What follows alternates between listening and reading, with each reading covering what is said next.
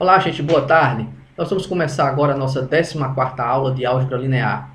Hoje faremos a parte 7 do capítulo das transformações lineares. E nessa aula nós vamos aprender a determinar uma matriz associada a uma transformação linear. Então nós temos aqui a nossa 14ª aula de álgebra linear e hoje faremos a parte 7 do capítulo das transformações lineares. Então, gente, na nossa última aula de álgebra linear, que foi a 13ª aula de álgebra linear, nós vimos que se é dada uma matriz e se são fixadas duas bases, então sempre é possível nós determinarmos uma transformação linear associada a essa matriz e em relação a essas duas bases. O que nós vamos fazer hoje é aprender o processo inverso, ou seja, dada uma transformação linear e fixadas duas bases, nós vamos aprender a determinar uma matriz associada a essa transformação linear e em relação a essas duas bases. Então, com esse objetivo, nós vamos começar essa aula considerando o seguinte. Então, seja ter uma transformação linear definida no espaço vetorial V sobre o espaço vetorial W. Vamos considerar também alfa como sendo uma base para o espaço vetorial V, né? E como alfa aqui possui n vetores, então a dimensão do espaço vetorial V é n. Vamos considerar também beta uma base para o espaço vetorial W, e sendo beta aqui uma base com m vetores, então o espaço vetorial W é um espaço de dimensão n. Então, dada essa transformação linear T e fixadas essas duas bases, nós vamos aprender agora um processo para determinarmos uma matriz associada a essa transformação linear e em relação a essas duas bases fixadas.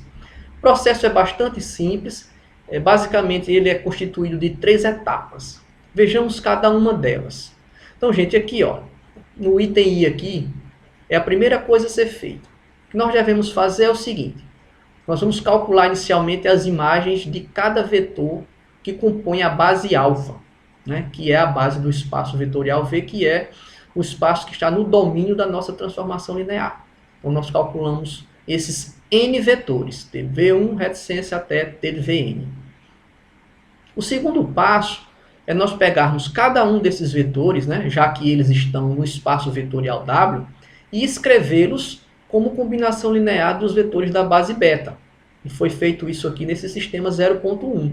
Então, T de V1 aqui ele está sendo escrito como combinação linear dos vetores da base beta, e assim sucessivamente, até o último vetor T de Vn, também tem sido aqui escrito como combinação linear dos vetores da base beta.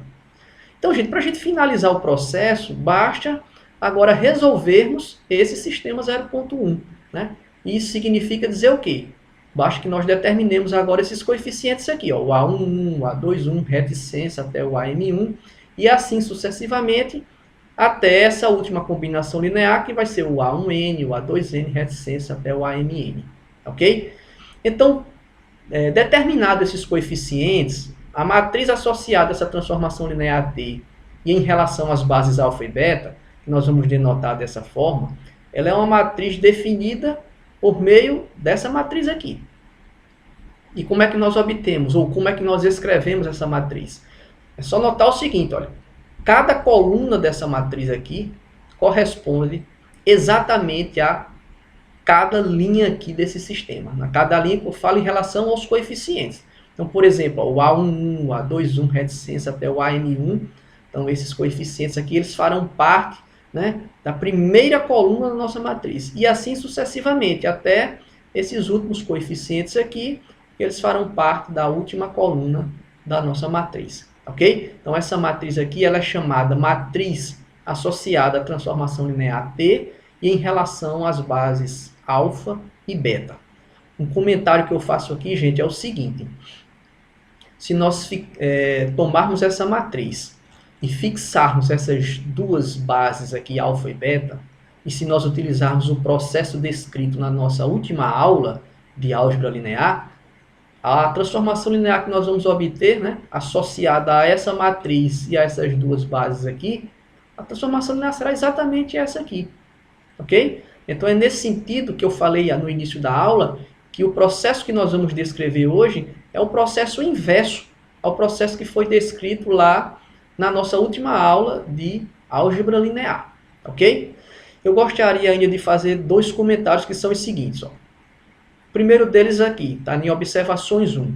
Vamos notar que essa nossa matriz aqui, a matriz associada à transformação linear, em relação às bases alfa e beta, é uma matriz do tipo M por N, ou seja, ela tem M linhas e N colunas. Agora vamos notar ó, que o número de linhas dela corresponde à dimensão do espaço vetorial que está no contradomínio da nossa transformação linear. E o número de colunas da nossa matriz corresponde exatamente à dimensão do espaço vetorial que está no domínio da nossa transformação linear.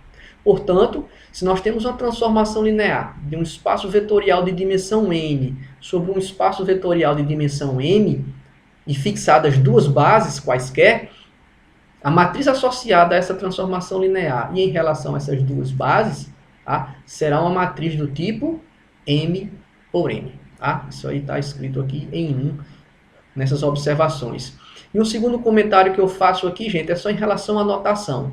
Quando essas bases alfa e beta, elas correspondem exatamente às bases canônicas do espaço vetorial V, né? Alfa é a base canônica do espaço vetorial V e beta é a base canônica do espaço vetorial W.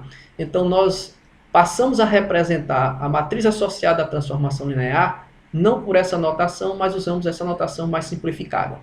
Então toda vez que nós escrevemos essa notação, significa aqui que nós estamos trabalhando com a matriz associada à transformação linear T, e as bases adotadas são as bases canônicas dos espaços vetoriais V e W, respectivamente.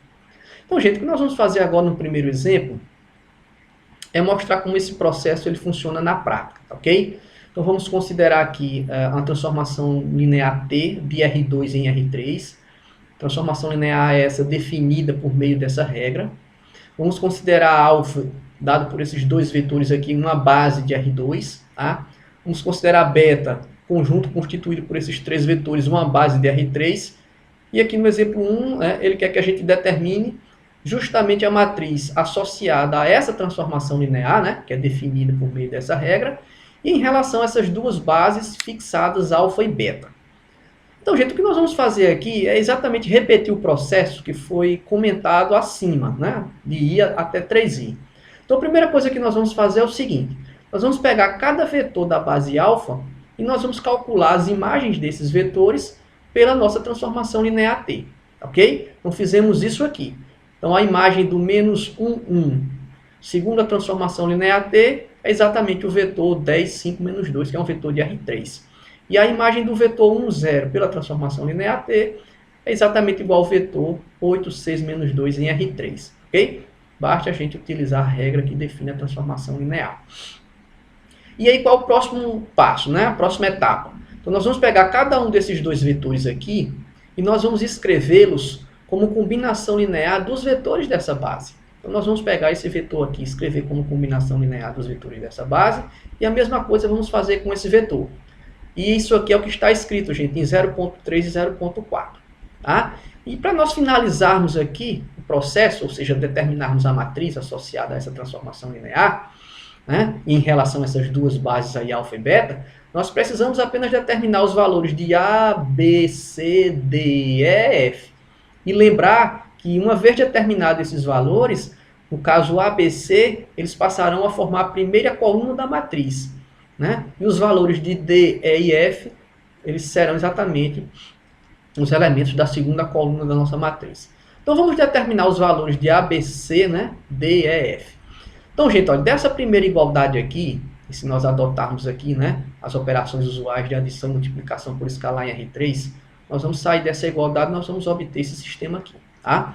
E se nós, por exemplo, utilizarmos aí o método de Gauss, né, para resolver esse sistema, nós vamos obter que A vale 3, B vale 2 e o C é igual a 1, ok? A mesma coisa aqui nessa igualdade, tá? Então, se assumirmos aqui as operações usuais de adição e multiplicação por escalar em R3, então dessa igualdade aqui nós chegamos nesse sistema, e novamente utilizando, por exemplo, o método de Gauss, nós vamos encontrar os valores de D igual a 1, E igual a 5 e F igual a menos 1. E, portanto, né, por definição, a nossa matriz, né, ou seja, a matriz associada à transformação linear T em relação às bases alfa e beta, será exatamente essa matriz aqui.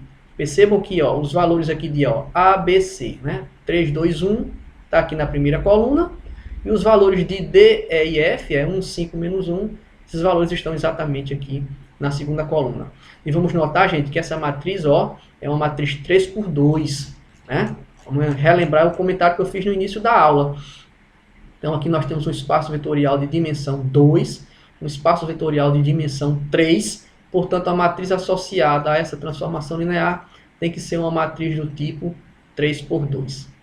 Agora, gente, se nós tomarmos essa matriz aqui, fixarmos essas mesmas bases aqui, alfa e beta, e se utilizarmos o processo descrito na nossa última aula, né, de álgebra linear, nós vamos encontrar exatamente essa transformação linear. Né? Porque na nossa última aula foi que a gente aprendeu, dada uma matriz e fixadas duas bases, a gente aprendeu a determinar a transformação linear associada a essa matriz. Tá? Então, se nós fizermos isso, nós vamos encontrar exatamente essa transformação linear.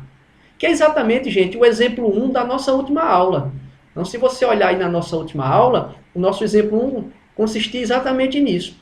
A gente deu essa matriz, né? Tomamos essas duas bases, e a gente pedia lá a transformação linear associada a essa matriz e as duas bases. E aí encontramos essa transformação linear. Ok?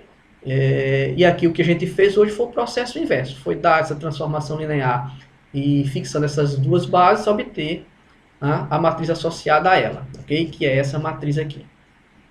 O que é que nós vamos fazer agora no exemplo 2? Nós vamos considerar aí a mesma transformação linear, tá? T de R2 e R3, definida da mesma forma. Só que agora nós vamos mudar as bases. Então, a base alfa vai ser a base canônica de R2, a base beta vai ser a base canônica de R3, e aqui a gente quer determinar ó, essa matriz aqui, que conforme vimos em observações 1, essa matriz corresponde o quê?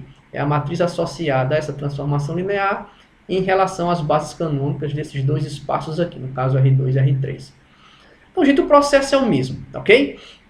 Então, inicialmente, nós vamos calcular as imagens desses dois vetores pela transformação linear T. Aqui, fizemos isso. Então, vamos obter esses dois vetores em R3. Em seguida, nós vamos escrever cada um desses vetores aqui como combinação linear dos vetores dessa base. É o que nós fizemos aqui em 0.5 e 0.6. E aí, para finalizarmos, né, para encontrarmos a matriz associada a essa transformação linear em relação a essas duas bases, a gente precisa determinar os valores de A, B, C, D, E e F.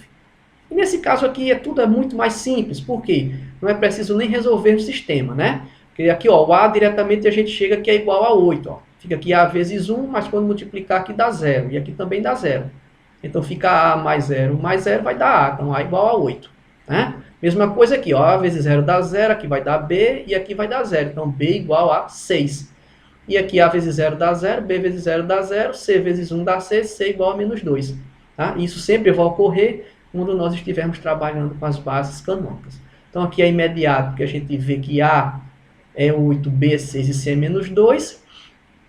E aqui pelo mesmo motivo, né, tendo em vista que essa base é a base canônica, o D vai ser 18, o E vai ser 11 e o F vai ser menos 4.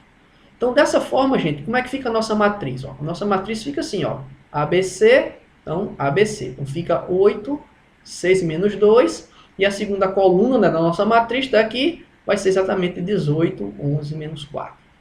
Então, gente, eu trouxe esse exemplo 2 para mostrar o seguinte. Ó. Embora a gente tenha trabalhado com a mesma transformação linear, porque a regra é a mesma do exemplo 1, certo?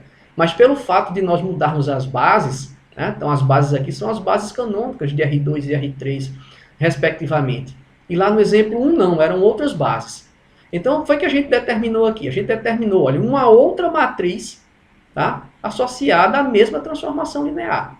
Então, a conclusão que a gente chega, gente, ó, veja que essa matriz aqui do exemplo 2, né, ela é diferente dessa matriz aqui do exemplo 1. E isso ocorreu por quê? Porque nós mudamos exatamente as bases. Aqui no exemplo 1, trabalhamos com essas bases, e no exemplo 2, nós trabalhamos com as bases canônicas, tá? Então, uma conclusão óbvia que a gente chega desses dois exemplos, eu deixei registrado aqui nessa observação 2, que é o seguinte: se nós temos uma transformação linear, certo? E fixamos duas bases, nós vamos obter uma matriz associada a essa transformação linear em relação a essas duas bases. Mas se nós mudarmos essas bases para outras bases, nós vamos obter outra matriz associada também à transformação linear, mas a matriz em relação a essas novas bases. Ok? Então, uma conclusão óbvia que a gente chega desses dois exemplos é o seguinte: mesmo que a gente tenha a mesma transformação linear, certo? A matriz associada a ela vai depender das bases adotadas. Então, como existem infinitas possibilidades para escolhermos as bases, né, do espaço vetorial, tanto V como W, nós vamos ter exatamente infinitas matrizes associadas à transformação linear T. Ok? E aí surge uma pergunta natural, que eu coloquei aqui nessa observação 3. E qual é a pergunta natural? Então, tendo em vista que se nós temos uma transformação linear T, né, e se nós mudarmos as bases, nós vamos obter a cada par de bases, né, nós vamos obter uma matriz nova associada à transformação linear T. Uma pergunta natural é a seguinte: será que, dentre todas essas matrizes, será que existe uma matriz que melhor representa essa transformação linear? Né? Melhor representa no sentido de que uma matriz que, para efeitos práticos, quando formos resolver problemas concretos, essa matriz ela facilite, por exemplo, os cálculos. Tá? Então eu vou tentar responder essa pergunta, gente, aqui nessa observação 3, e é claro que uma resposta mais precisa vai ser dada ao longo desse curso. Então, por exemplo, se nós queremos resolver problemas envolvendo vibrações mecânicas, tá? Isso aí já é problemas aplicados, nós devemos trabalhar com operadores lineares, né? E a gente já viu que os operadores lineares são tipos especiais de transformações lineares, né? Os operadores lineares são aquelas transformações lineares onde o domínio e o contradomínio são exatamente o mesmo espaço vetorial. Então, veja bem, se nós queremos resolver problemas envolvendo, por exemplo, vibrações mecânicas, a gente vai precisar trabalhar com operadores lineares.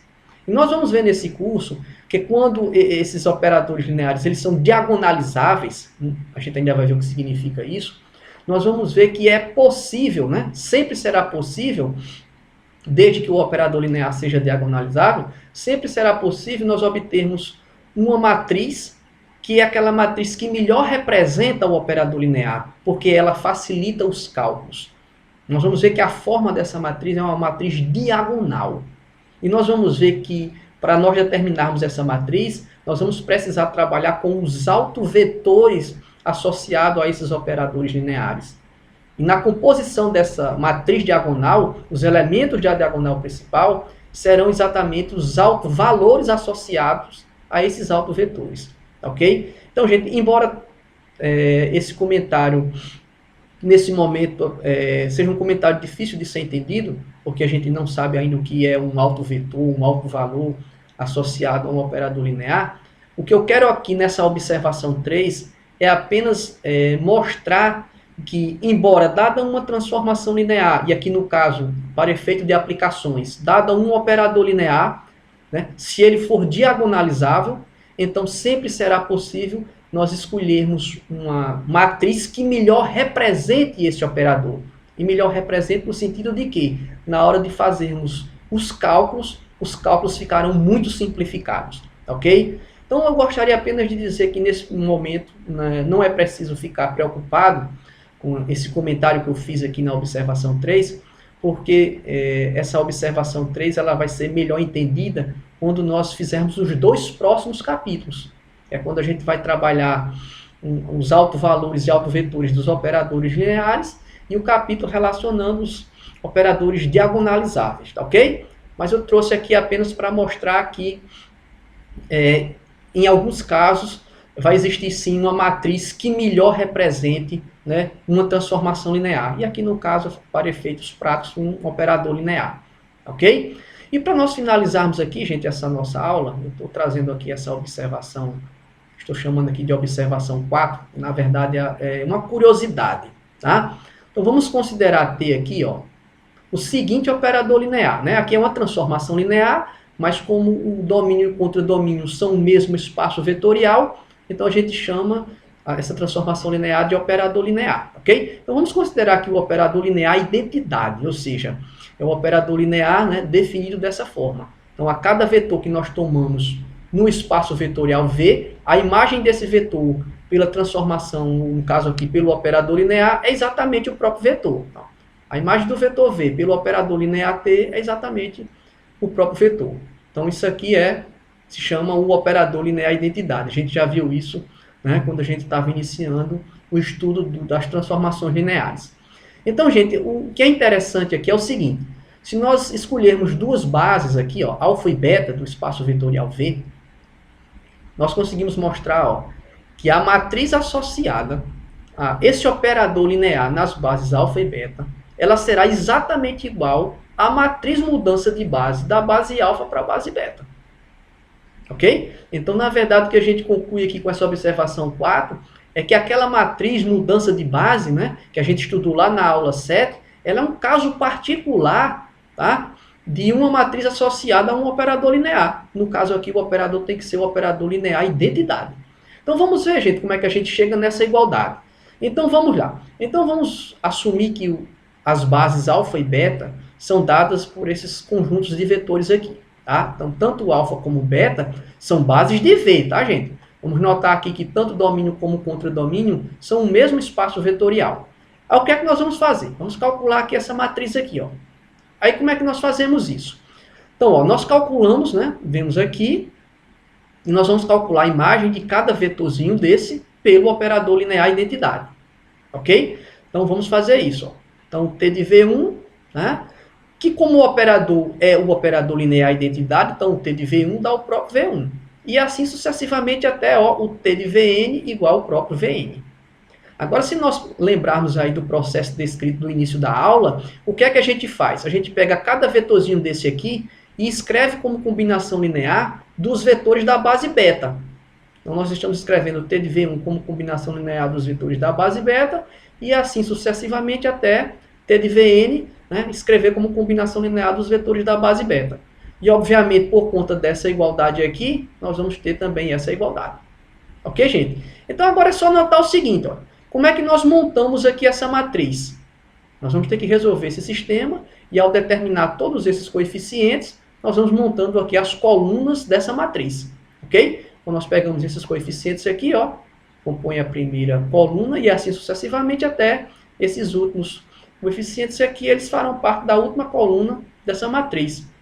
Mas se nós lembrarmos aí da nossa aula 7 de álgebra linear, foi quando a gente estudou a matriz mudança de base, essa matriz ela é obtida quando você considera essa igualdade aqui, né, todas essas igualdades, né, ou seja, você vai pegando cada vetor aqui e escrevendo como combinação linear dos vetores dessa base, que é o que nós temos aqui. Em seguida, nós resolvemos esse sistema e também tomamos esses coeficientes aqui em linha como sendo as colunas, tá, dessa matriz. E como aqui os coeficientes são exatamente os mesmos, né? Se nós, por exemplo, considerarmos essa igualdade aqui, né? Essas igualdades aqui, nós vamos obter essa matriz. E ao considerarmos essas igualdades aqui, nós vamos obter essa matriz. Percebemos que a matriz é exatamente a mesma. Ok? Então aqui fica somente essa observação 4 como uma curiosidade. Então quando esse T aqui é o operador linear identidade, tá? Então dadas duas bases quaisquer, alfa e beta, porém fixadas, então a matriz associada a esse operador linear em relação a essas bases alfa e beta, essa matriz é exatamente igual à matriz mudança de base, né? Da base alfa para a base beta. Tá ok, gente? Então aqui com essa observação 4 eu encerro essa aula. Então no mais um grande abraço a todos, gente, e até a nossa próxima aula.